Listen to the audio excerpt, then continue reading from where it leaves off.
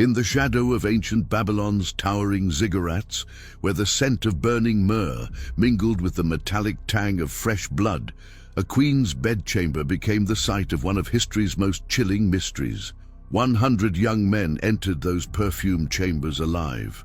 By dawn, their lifeless bodies littered the marble floors like fallen petals from a poisonous bloom. This is not a tale of fantasy or folklore. This is the documented horror that unfolded in 810 BCE, when Queen Shamaramat of Assyria allegedly orchestrated a mass sacrifice so shocking that it echoed through the corridors of time, transforming her into the legendary Semiramis of Greek mythology. The fragments of this dark chapter come to us through shattered clay tablets, partially erased inscriptions, and the whispered accounts of ancient historians who dared to record what others sought to bury. Archaeological evidence suggests that something catastrophic occurred within the royal palace during Shamuramat's regency, something so terrible that subsequent rulers attempted to erase all traces of it from official records. Yet the truth, like blood seeping through stone, has a way of leaving permanent stains. What drives a mother to commit acts that defy every moral boundary of her era? In Shamuramat's case, the answer lies buried beneath layers of political intrigue, religious fervor, and the desperate machinations of a woman fighting to secure her son's throne against impossible odds. The Assyrian Empire, at its zenith of power and cruelty, provided the perfect backdrop for such unprecedented darkness.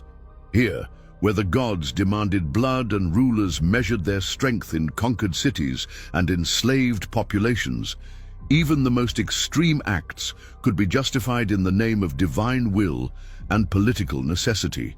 The discovery of administrative records from this period reveals disturbing anomalies.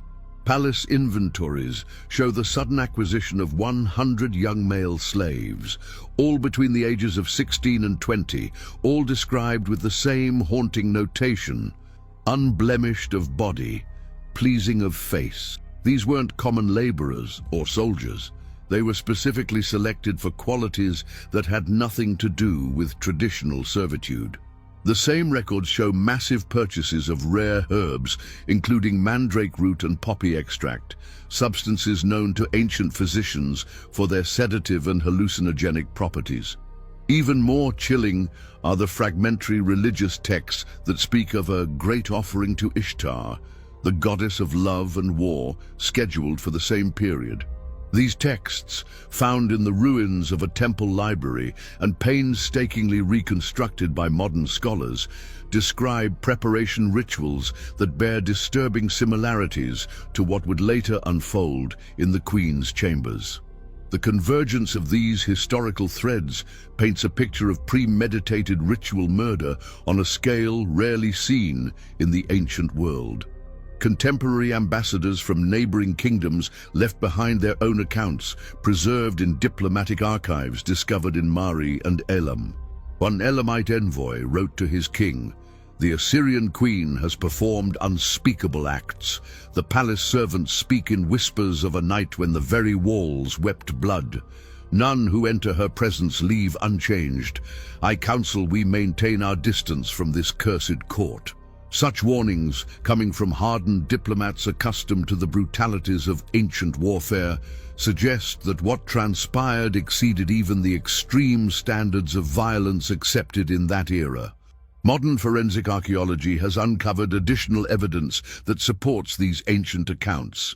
Excavations near the old palace grounds have revealed a mass burial site containing exactly 100 sets of remains, all young males, all showing signs of simultaneous death. The positioning of the bodies suggests they were arranged with deliberate care, not thrown into a common grave, as would be typical for executed criminals or plague victims. Traces of exotic substances found in the bone tissue align with the palace purchase records, creating a forensic timeline that spans nearly 3 millennia. The question that haunts historians is not whether this event occurred, the evidence is too substantial to dismiss, but rather what twisted logic could have justified such an act. To understand Shamuramat's motivations, We must first understand the precarious position she occupied as a female regent in a brutally patriarchal society, where her very existence on the throne represented an affront to established order and divine law.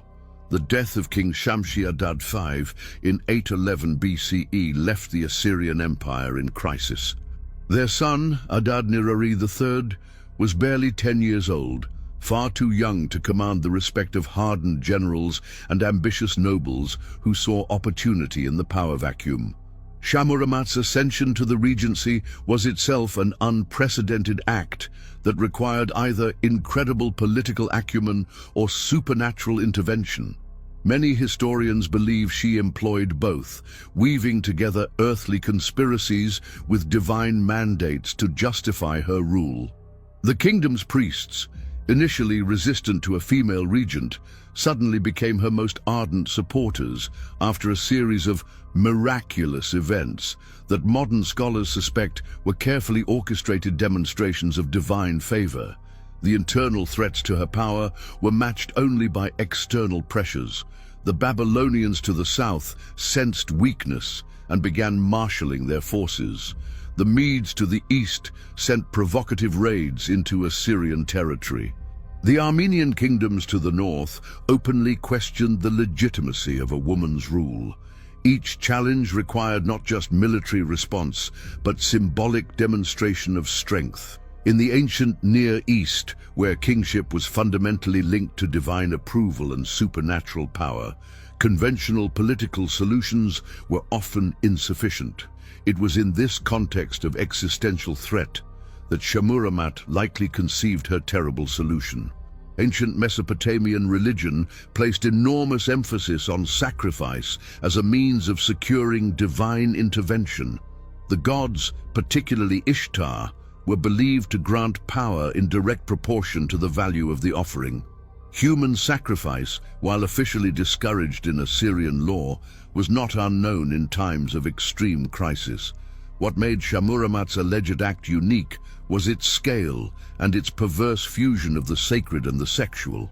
The selection process for the 100 victims appears to have been methodical and laden with ritual significance. Administrative tablets describe months of preparation, during which the young men were housed in a special wing of the palace, fed the finest foods, bathed in precious oils, and taught mysterious sacred duties by the queen's personal priestesses. They were isolated from the outside world, allowed no contact with family or friends. Guards reported strange chanting emanating from their quarters at night, and several attempted escapes that were violently suppressed. Religious scholars have identified parallels between this grooming process and various ancient fertility rituals, particularly those associated with the Sumerian goddess Inanna, Ishtar's predecessor. In these rituals, young men would symbolically marry the goddess through her earthly representative, usually a high priestess, in ceremonies designed to ensure agricultural abundance and military victory. However, these traditional ceremonies involved symbolic death and rebirth, not literal murder. Shammuramat appears to have transformed an ancient metaphorical practice into something horrifyingly real. The night of the massacre itself remains shrouded in contradictory accounts and deliberate obfuscation. Palace records for that date are conspicuously missing, destroyed either during the event or in its immediate aftermath. However, peripheral documents provide glimpses of the preparation, orders for massive quantities of wine mixed with mysterious, sacred herbs, the dismissal of all palace staff except for a select group of priestesses, the sealing of the palace gates at sunset with strict orders that none should enter or leave until dawn. What we know of the actual events comes primarily from a single surviving account, written by a palace scribe who claimed to have hidden in an adjacent chamber and witnessed the horrors through a crack in the wall. His tablet, discovered in the 1920s and authenticated through multiple dating methods, provides a narrative so disturbing that early translators refused to publish it in full. According to this witness, The 100 young men were brought into the Queen's grand chamber in groups of 10, each group assigned to a different station, marked by ritual symbols on the floor. The scribe describes how Shamuramat, dressed in the full regalia of Ishtar, including the goddess's distinctive horned crown, presided over an elaborate ceremony that began with dancing and sacred chanting.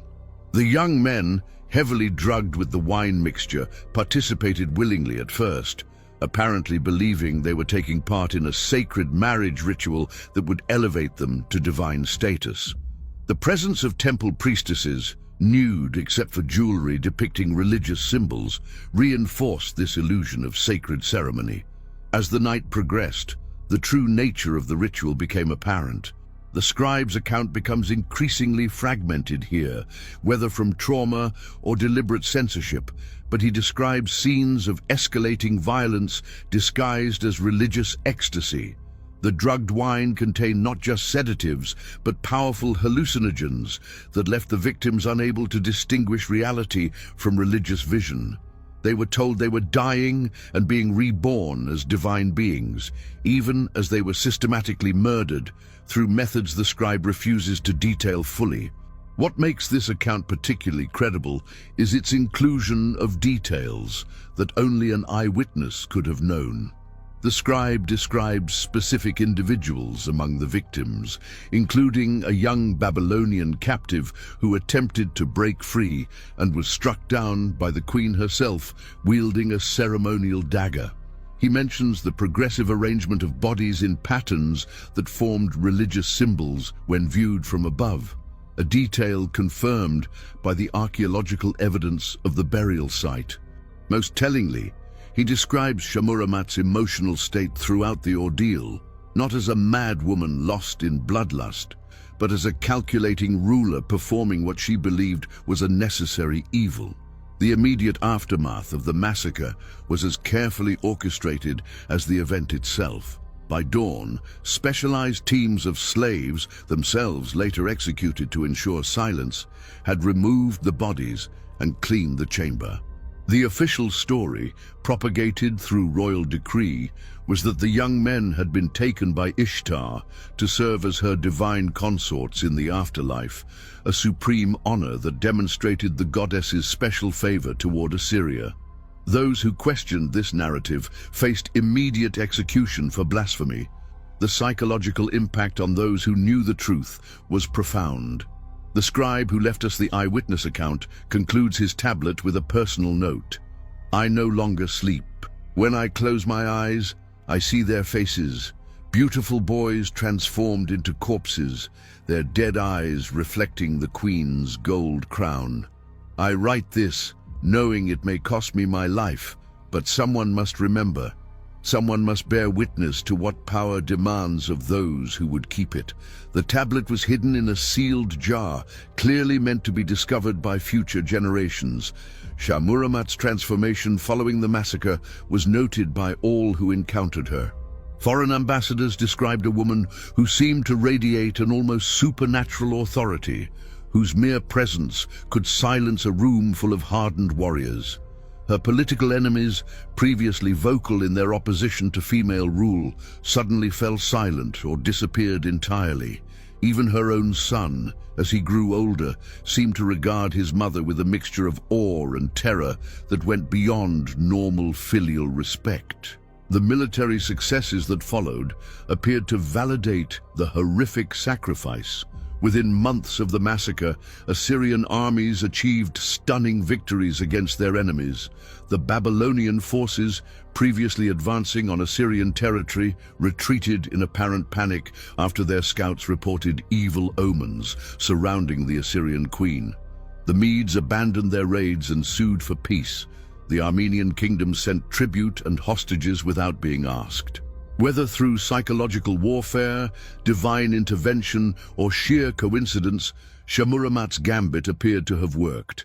Yet the cost of such power extended beyond the 100 dead youths. Palace records from subsequent years reveal an increasingly isolated queen, surrounded by fearful servants and sycophantic priests, but genuinely trusted by none. Her relationship with her son deteriorated as he came of age, possibly due to his growing awareness of the methods she had used to secure his throne.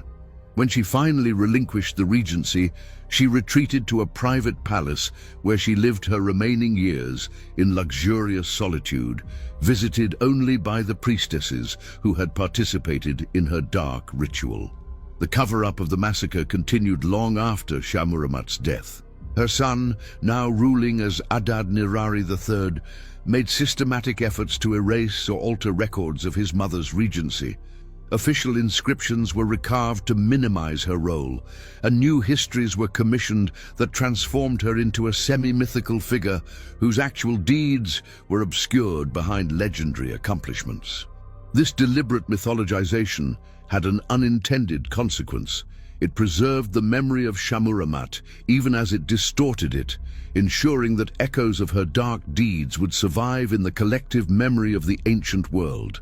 Greek historians, encountering these echoes centuries later, wove them into the legend of Semiramis, the mythical queen who built Babylon and conquered much of Asia. In their accounts, the historical massacre became transformed into tales of the queen's insatiable sexual appetite and her habit of killing lovers after a single night of passion. While these Greek versions sensationalized and distorted the original events, they preserved the core truth. This was a woman who had crossed moral boundaries that even the ancient world found shocking. The influence of Shamuramat's actions extended far beyond her own reign or even her own empire. The spectacular success of her blood sacrifice created a dangerous precedent that other rulers would attempt to follow. Archaeological evidence suggests a marked increase in large-scale ritual killings across the Near East in the decades following her regency. Kings and queens facing similar crises began to employ what historians now term Shamuramat solutions, massive sacrificial offerings designed to secure divine intervention in political affairs. One particularly well-documented case occurred in the city of Carchemish about 40 years after the original massacre. Facing invasion by a coalition of enemies, the city's king ordered the sacrifice of 50 young warriors in a ceremony explicitly modeled on the great offering of the Assyrian queen. The ritual failed spectacularly, the city fell within days, and the king was executed by his own people who blamed the sacrifice for angering the gods. This and similar failures gradually discredited the practice, though isolated incidents continued for centuries. The religious implications of Shamuramat's actions reverberated through Mesopotamian theology. The goddess Ishtar, in whose name the massacre was supposedly committed, underwent a transformation in how she was perceived and worshipped. Previously associated with love and fertility as much as war and death, post-Shamuramat depictions increasingly emphasized her darker aspects. Temple rituals became more violent, and her priestesses gained a reputation for dangerous occult practices that made them both feared and sought after across the ancient world. Archaeological excavations at Ishtar temples from this period have uncovered disturbing evidence of how worship practices changed. Ritual implements designed for symbolic ceremonies were replaced with functional weapons. Temple decorations shifted from scenes of sacred marriage and fertility to depictions of death and transformation. Most tellingly, the remains of sacrificial victims, previously limited to animals and occasional criminals, show a marked increase in young, healthy individuals who appear to have been ritual offerings rather than judicial executions. The psychological profile of Shamuramat that emerges from historical analysis is that of a woman driven by extraordinary circumstances to commit extraordinary acts. Modern psychiatrists studying the available evidence have proposed various diagnoses, from narcissistic personality disorder to a form of religious psychosis induced by the extreme stress of her position. However, such retroactive analysis fails to account for the calculated nature of her actions and their effectiveness in achieving her political goals.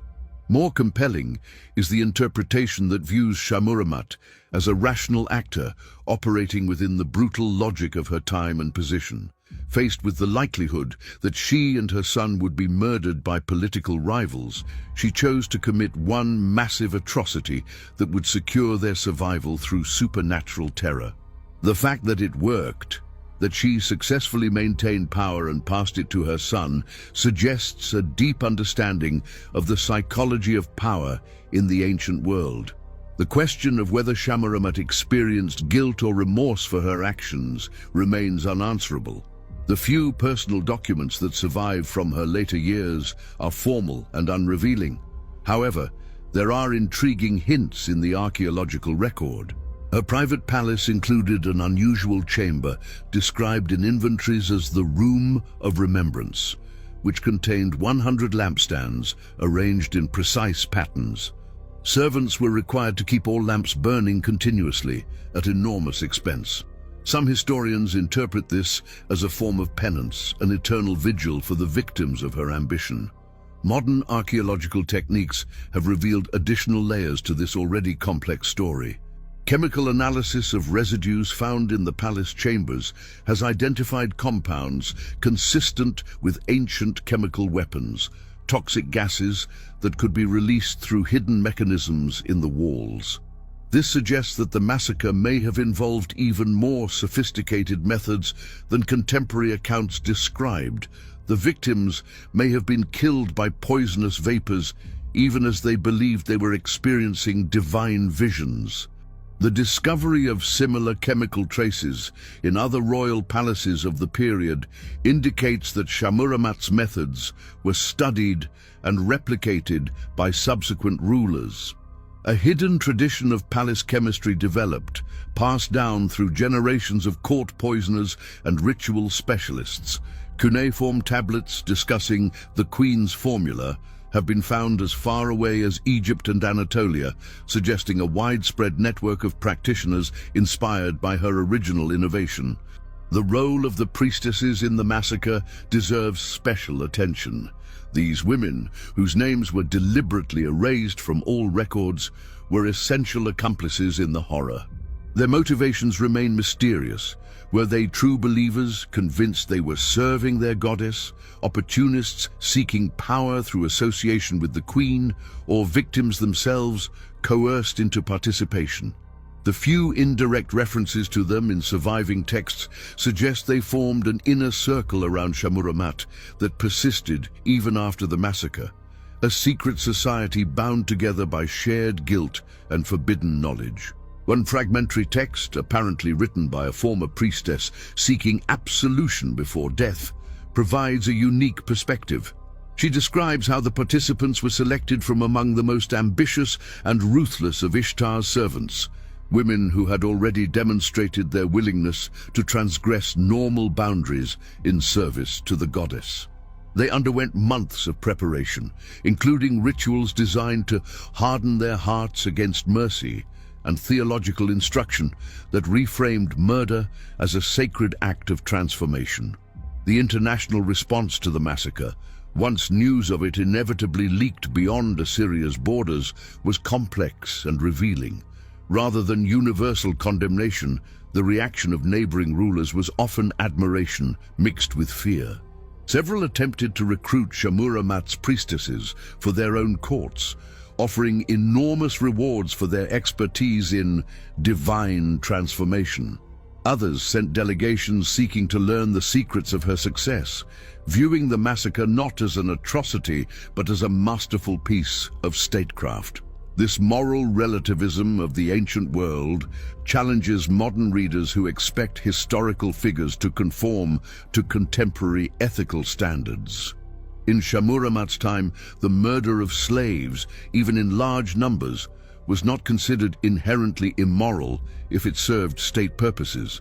What made her actions shocking to her contemporaries was not the death toll, but the ritual context and the perceived sacrilege of corrupting sacred ceremonies. She had taken practices meant to honor the gods and transformed them into tools of political power. The long-term consequences of Shahmuramat's actions for the Assyrian Empire were profound and ultimately destructive. While her immediate goals were achieved, her son's throne was secured and Assyria's enemies were cowed, she had introduced a poison into the bloodstream of Assyrian politics. Subsequent rulers, lacking her intelligence and strategic vision, attempted to replicate her success through increasingly desperate acts of ritual violence. The empire gained a reputation for supernatural evil that made diplomatic relations difficult and encouraged enemies to unite against the common threat. By the time of Assyria's final collapse in 609 BCE, the empire that had once dominated through military might and administrative efficiency had become synonymous with occult horror and ritual atrocity. The biblical prophets' descriptions of Assyria as a kingdom of sorcerers and blood drinkers, while exaggerated, reflected a genuine transformation in how the empire was perceived.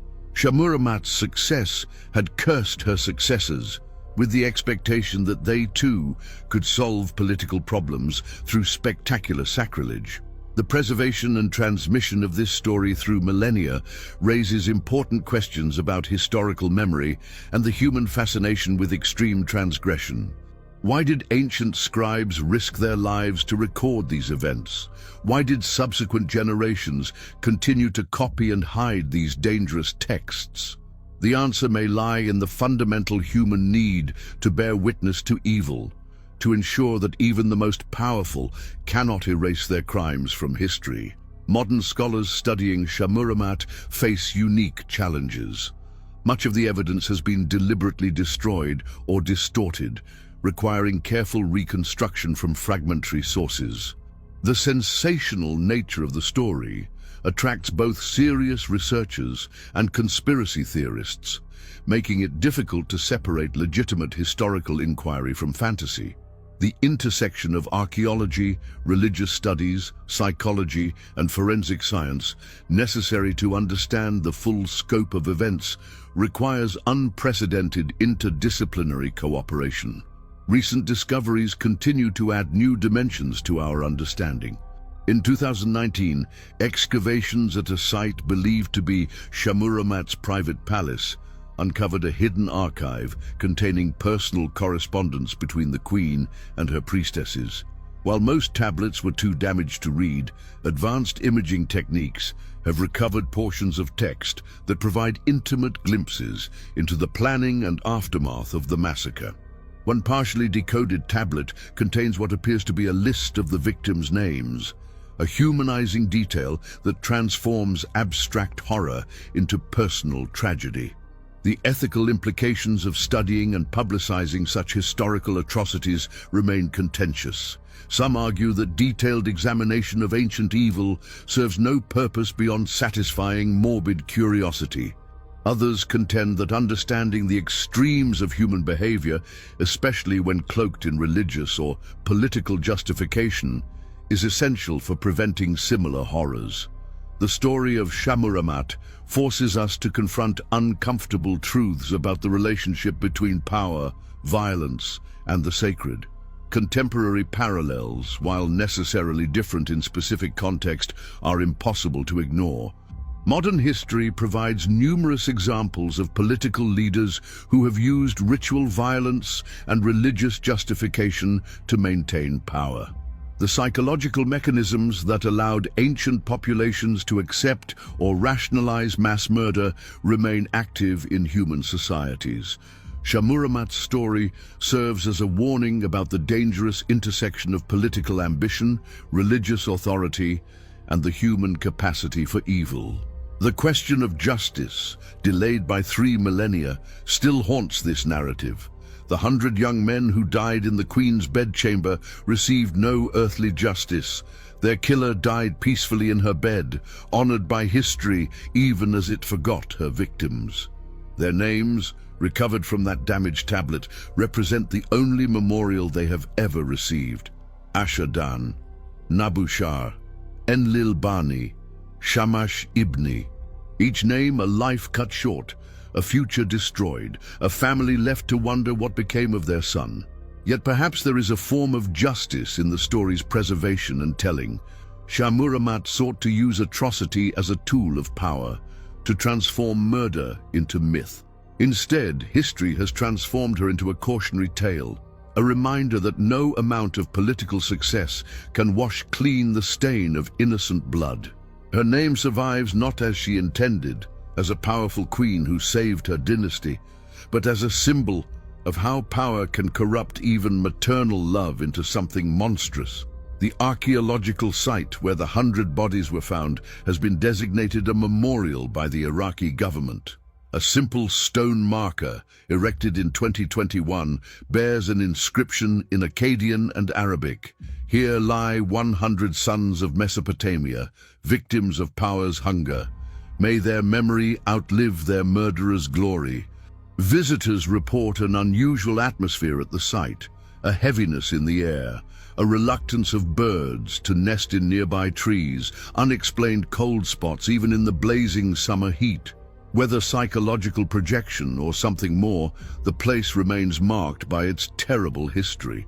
Modern DNA analysis of the remains has revealed another heartbreaking detail. Several of the victims were brothers, likely sold into slavery together and selected for their shared beauty.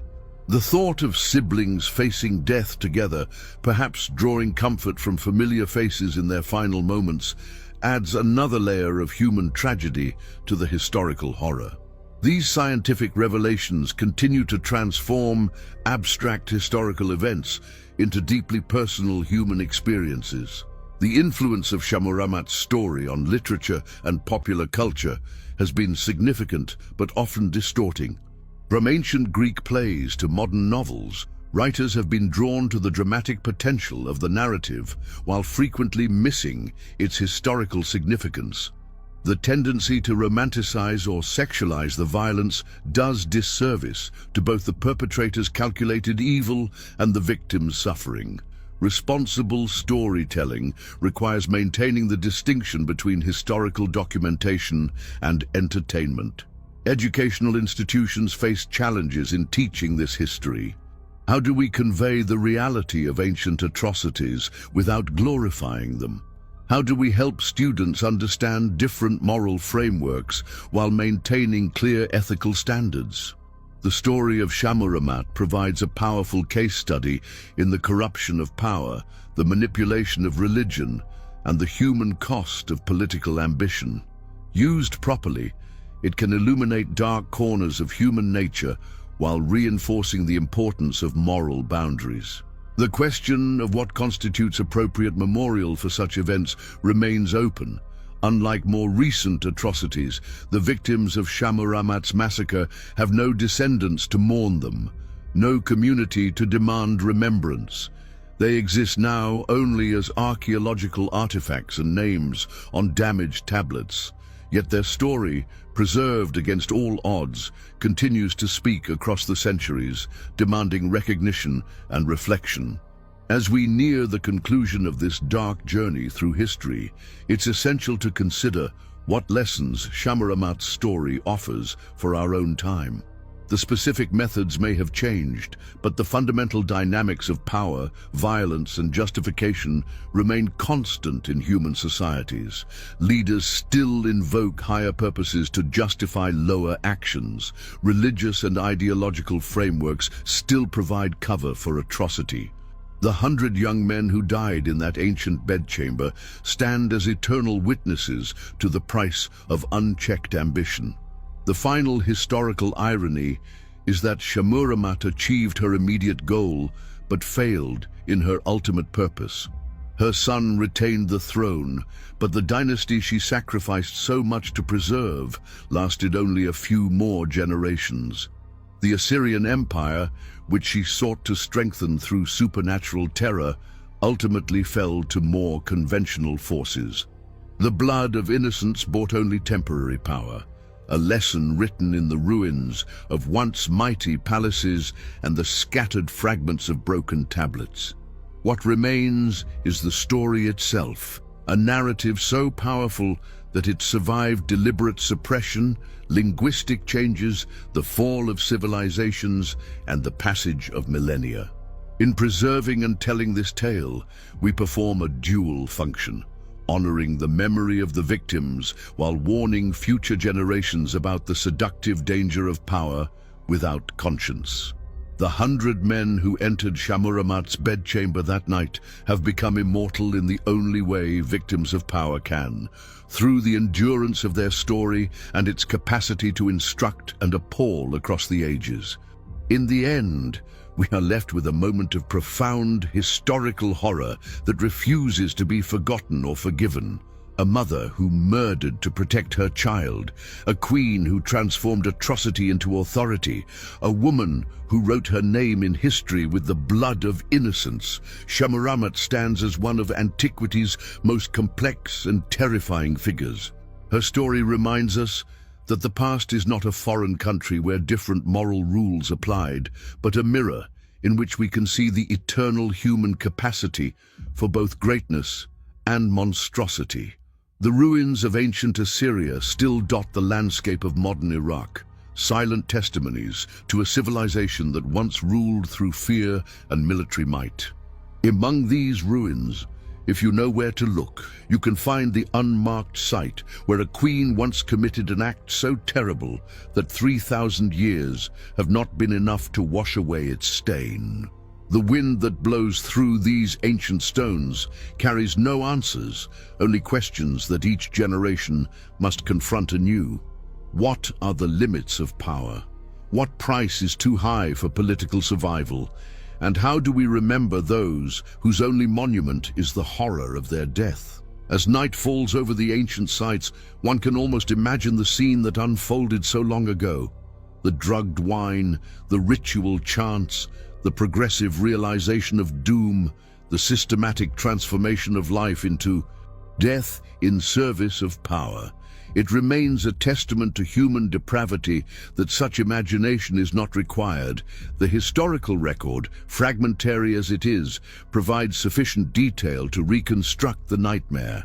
Shamuramat's 100 victims achieved a terrible immortality, their deaths echoing through history as a warning written in blood, that power without morality is the darkest force in human experience.